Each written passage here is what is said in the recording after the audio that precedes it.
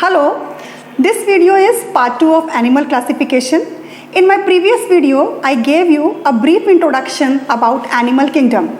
Today, I will be explaining you the characters of various phylums of subkingdom non-chordates. If you have not seen my previous video, just click the I button and watch my last video. So, here we are going to start our session. Already we know that subkingdom non-chordates is divided into various phylums. Which are these phylums? The first one is Porifera, then phylum Cnidaria, also called as Coelenterata, then Platyhelminthus, then Escalaminthus, next phylum is Annelida, then Phylum Orthopoda, after that Phylum Moleska, then Phylum Echinodermata, and the last phylum of non-chordates is Phylum Hemichordata. So, we are going to study about the features and characters of each and every phylum in today's session. For studying about the characters of each and every phylum, we are going to take into consideration certain parameters. Which are they? The first parameter is about the habitat of animals. The second parameter is their symmetry, body symmetry. The third is the presence of germ layers.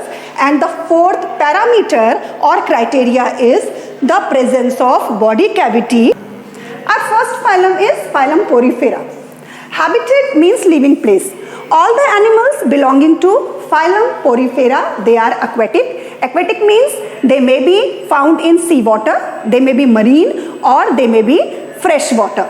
About the symmetry, these animals are asymmetrical, means their body cannot be divided into two equal halves through any plane. The third criteria is germ layers. All the animals belonging to or coming under Phylum Porifera, they are diploblastic. What is the meaning of diploblastic? These animals have two germ layers, that is ectoderm and the endoderm. The last criteria is coelom. What is coelom? Coelom is body cavity. Coelom is formed from mesoderm or gut. All the animals of Porifera, they are called as acoelomate animals, means they do not have coelom in their body. Porifera, this particular word consists of pori and ferus. It means animals belonging to Phylum Porifera, their body has innumerable pores. They have number of pores on their body. And these pores are divided into two types. One is ostia, another is osculum.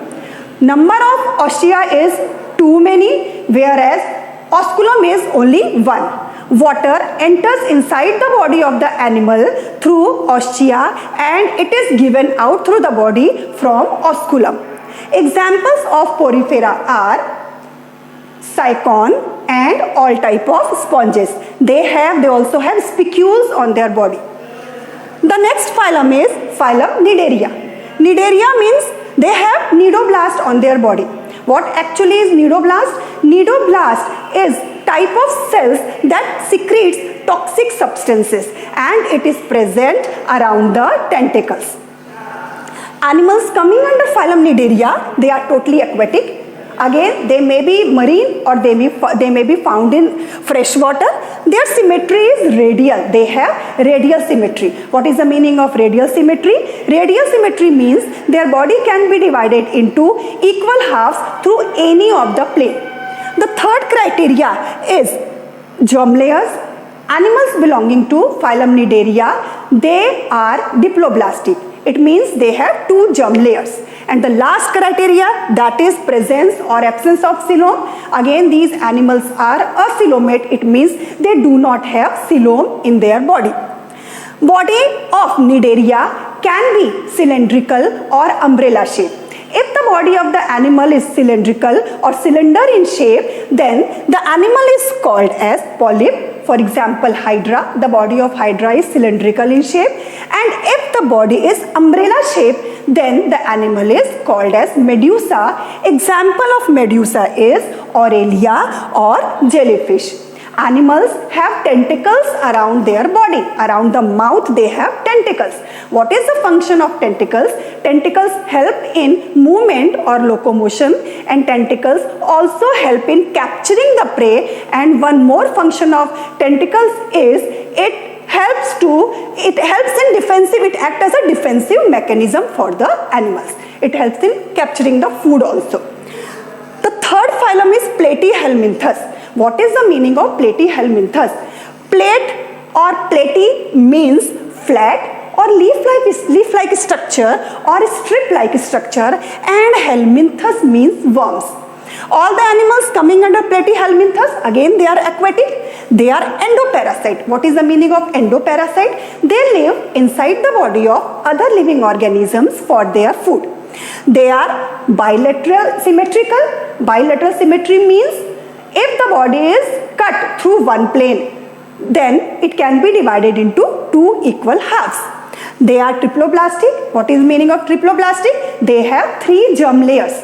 3 germ layers means outer ectoderm, middle one is mesoderm, and the inner one is called as endoderm.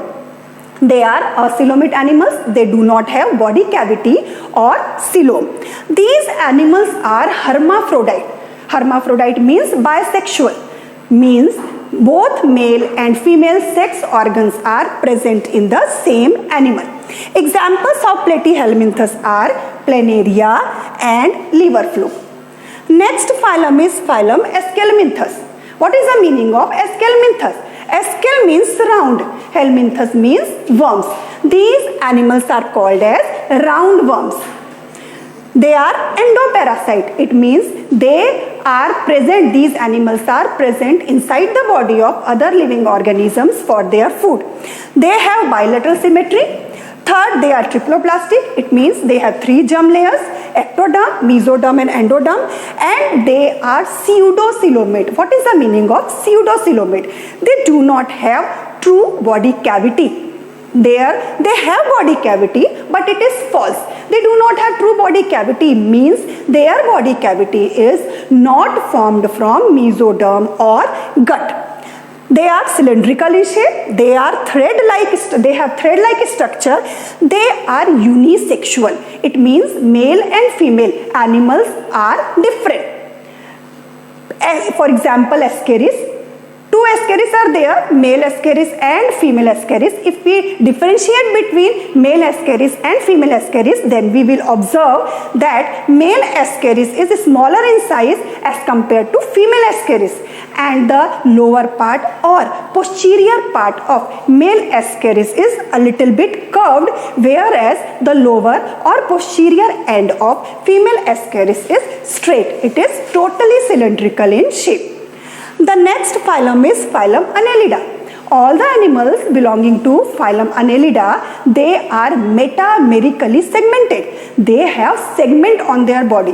What is the meaning of metameric? The meaning of metameric is they have equal segments. The size of the segment is totally equal. It is not unequal. These are ectoparasite animals. It means they depend upon other living organisms externally. They are bilateral, they have bilateral symmetry, or they are bilaterally symmetrical, means their body can be divided into 2 equal halves through only one plane. They are triploblastic, they have 3 germ layers. They are eucoelomid. They have true coelom in their body. It means they have true body cavity that is made up of mesoderm or gut. Their locomotory organs may be different. Locomotory organs means the organs by which the animals can move. If they have, in the case of earthworm, the locomotory organ is setae. In case of leech, the locomotory organ is suckers. In case of nereis, the locomotory organ is parapodia. Animals belonging to Phylum Annelida, they may be bisexual and they may be unisexual also. The next phylum is Phylum Orthopoda. Ortho means joint, poda means feet. All the animals belonging to Phylum Orthopoda, they have joint feet. They are cosmopolitan. It means they are found everywhere. This particular phylum forms the largest phylum out of all these 9 phylums of non-chordates. They have bilateral symmetry.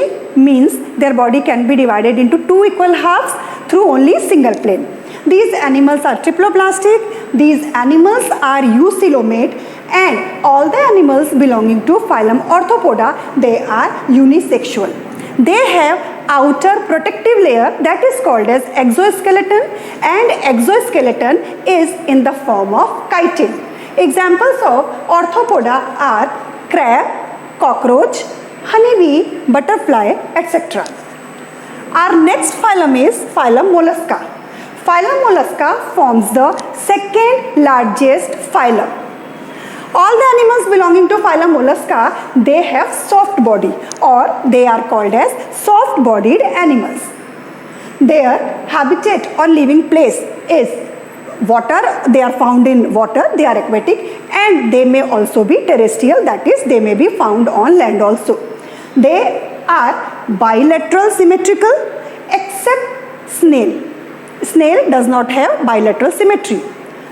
Germ layers, they are triploblastic. As far as coelom is concerned, these animals are eucoelomate, means they have true coelom in their body. The body of mollusca is divided into three parts, that is head, foot, and visceral mass. In certain animals of mollusca, they have shells present on their body, for example snail.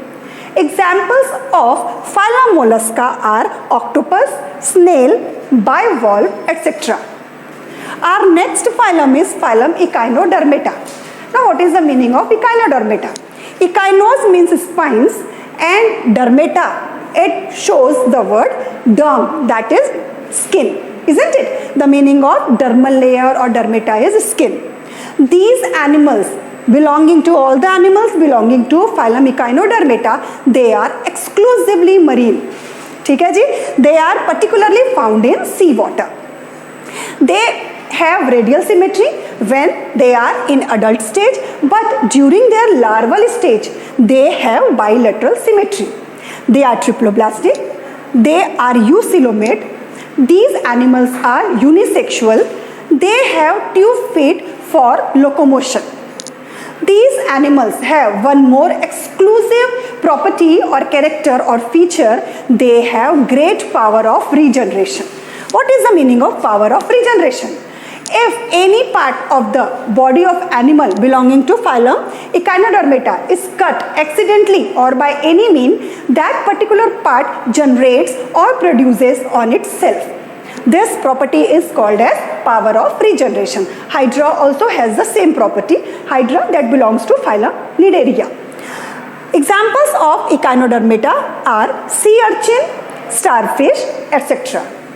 Our last phylum of subkingdom non-chordate is Hemichordata. Hemichordata means it is the connecting link between non-chordates and chordates. We will discuss it later. All the animals belonging to Hemichordata, they are marine. They have burrowing habit. They burrow in sand.